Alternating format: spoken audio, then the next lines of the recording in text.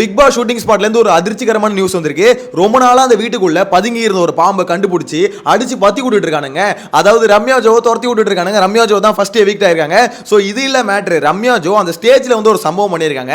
So அந்த சம்பவம் என்ன அப்படின்றத பார்க்க போறோம். என்ன பொறுத்த வரைக்கும் ரம்யா ஜோலாம் டைட்டில் வினர் ஆயிடுவாங்க அப்படின்ற மாதிரி நிறைய பேர் சொல்லிட்டு இருக்காங்களே. சோ அப்பலாம் நான் என்ன நினைச்சிட்டு இருந்தேன்னா ஒருவேளை ஆயிடுவாங்களோ, ஏன்னா 10 வாரம் வரைக்கும் ஒண்ணும் பண்ணாம வந்துருச்சேமா இந்த பொண்ணு அப்படின்னு நம்ம நினைச்சிட்டு இருந்தேன். சோ இப்போ மட்டும் ஏன் ரம்யா ஜோ தூக்குனாங்கன்னா விஜய் சேதுபதியை பகச்சிக்கிட்டாங்க. பகச்சிக்க கூடாத இடத்துல வந்து பகச்சிக்கிட்டாங்க.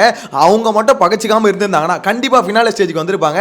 டைட்டில் வினரை மிஸ் பண்ணிட்டோம் அப்படின்ற மாதிரி தான் சொல்லணும். எனிவேஸ் ரொம்ப நாள் கழிச்சு ஒரு நல்ல நியூஸ், ரம்யா ஜோ வெளியே போயிட்டாங்க.